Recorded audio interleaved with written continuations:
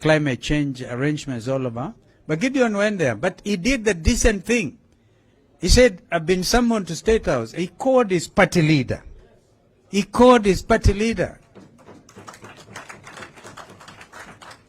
And I think that's the way to do it because of the urgency of the matter. And his committee was in Parliament. He just had the decency to call me. And I straight away said, please go. Because as Jeremiah said, if there are issues to do with your own constituency, you should feel free to do something.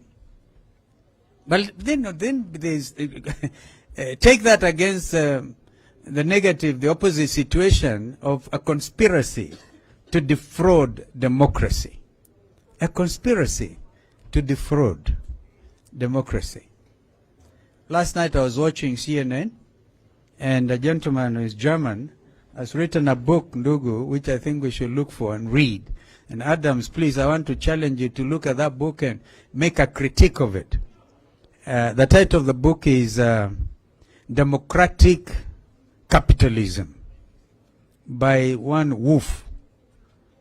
And this morning, listening to BBC and the Director General of the World Health Organization, she was a Nigerian lady, very capable, and been asked, what do you say to the fact that globalization has died? And she said, allow me to differ with you. It hasn't. Of course, we are seeing it, like in the case of Europe, nationalism, European nationalism, and in the case of Donald Trump's America that time, America first, and but NAFTA arrangements, which is Mexico, America, and I think Brazil, or is it Brazil, the NAFTA arrangements out there, Mexico, America, Canada, thank you, is still in place.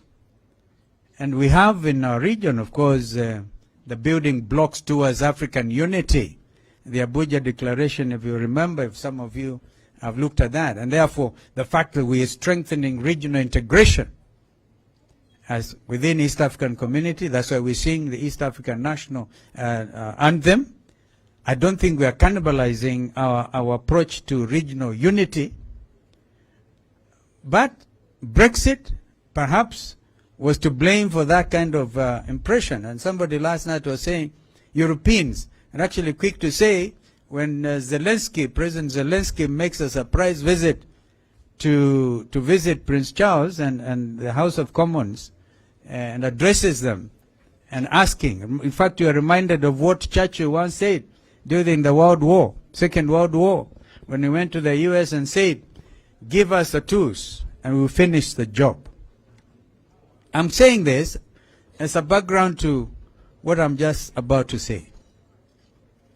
That as a nation, welcome sana ndugu Eugene Wamalo. Tumpigie makofi. And DAP and I think Kanu are really represented. When I heard them saying Kanu is going to Statehouse, I started laughing. So, fellow Kenyans, because you are leaders, if you are not careful, you're going to follow. You're going to find your own constituents ahead of you. And that's where they are. We saw that in Jacaranda. I saw that in Kibra. You're most likely going to see that in Mavoko tomorrow.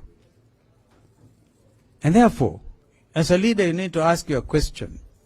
Do you want to lead or you want to be led by your own people? Something is grossly wrong with our country. But I draw a lot of satisfaction out of the fact that Constitution 2010 is in place. And so, if it was not that for Constitution, some of us would be in detention for sure.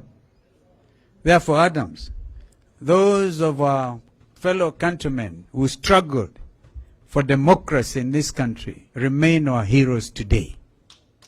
Because of them, we have now established a tradition where even if you are president, Ndugu Raila, if you are the president today, you will require William RUTO as leader of the opposition.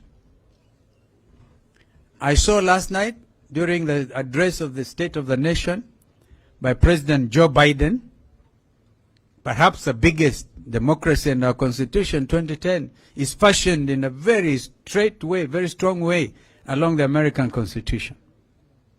He had to go there and plead with the Speaker, who is Republican, after Nancy Pelosi left. You know, the Republicans have gotten the leadership of the Congress. Now, William Ruto and his people did not have to cannibalize our majority. He could still have come and say, let's have a bipartisan approach. Joe Biden was there. This is a country we are in now. You cannot cannibalize democracy in this country. It will not happen.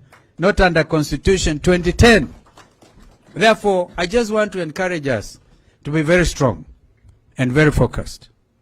Very strong and very focused. I heard one day say that even if you are left 50 of you or 2 or 1, I think it's Junet who said even if it's 1, you are still the majority. This is the minority. But this is a team. Ladies and gentlemen, I want to encourage all of us tomorrow to toke namna hii tuende Mavoko. This will be a rally enough. Because as I told you, if you don't do that, if you don't decide in your own mind and your own spirit that you want to be part of the action, please do not blame your constituents when after 4 years or thereabouts, they throw you out. Do you think these people who went to Statehouse today, the ones who went the other day, if there's an election to be called, would they really? Poor Jalango. In fact, I was looking for him. I'm still going to look for Jalango. Because he was here. We must also exercise tolerance. When somebody wants to say sorry, don't throw them out. I see that is a point of departure. I will not withdraw my remarks. I will not withdraw my remarks. But imagine the state of mind poor Jalango is in. Because Kibra now is his hostile ground. You know, you are supposed to enjoy your tour of duty as an MP for your constituency. Let me tell you, I must congratulate our brother Tim Wanyonyi, and I'll tell you why. His brother is Speaker of the National Assembly, but he is elected on an ODM ticket in Nairobi, and he's here, and he's not afraid. If anybody was to go to Statehouse, surely Tim Wanyonyi should have been leading them, because the Speaker is there. my brother who forgot his struggling brother when we were eating tear gas with him and Tinga. My friends, time is extremely of the essence. What you decide to do out of Manzoni today and tomorrow may shape your future positive progression in elective politics. And don't say you are nominated, because even then you may want to run at some stage. So I want to thank all of you for standing firm. This is a time to stand very firm and stand up and be counted. An opportunity like this is very rare, where leadership is expected of you. Please do not allow so that it will be said the 13th Parliament was the Parliament that brought down the democratic gains that this country had made. So, mimi sitaki kuongea sana, because I just wanted to share those thoughts before I invite my brother Eugene to come and greet you. And so, you know, this was your retreat, actually. So I thank you for inviting me. I thank you so much. You know, you didn't have to invite me, because it's your retreat. Eh? Nani anaomba kura? Kwani hii kura ni ya leo? I'm here to accompany Baba. Wacha hiyo mambo ingine. Si ndio?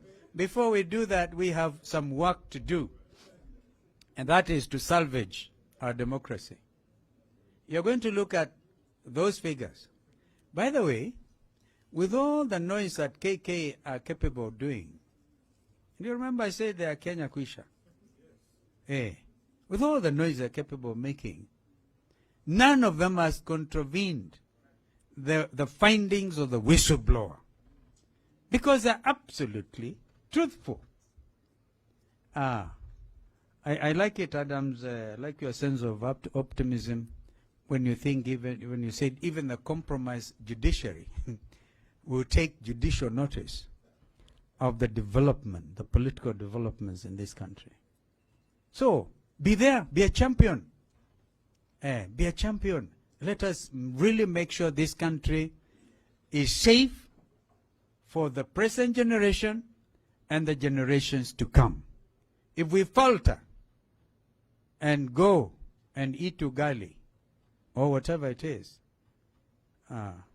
we will be counted on the wrong side of history. Some of us have decided to stand for what is in the best national interest of our country. And this time, we are called upon to stand firm and be a true buffalo soldier. Because if you are not, the alternative is you go home. Yeah, if you want to go home, mapema, start now. But I'm quite sure you now know, even in your heart, in your own mind and heart, I'm sure you remember, you can feel that all is not well with our country. And the people themselves are crying out. The confusion in the education sector, real confusion. People think high cost of living is global. No.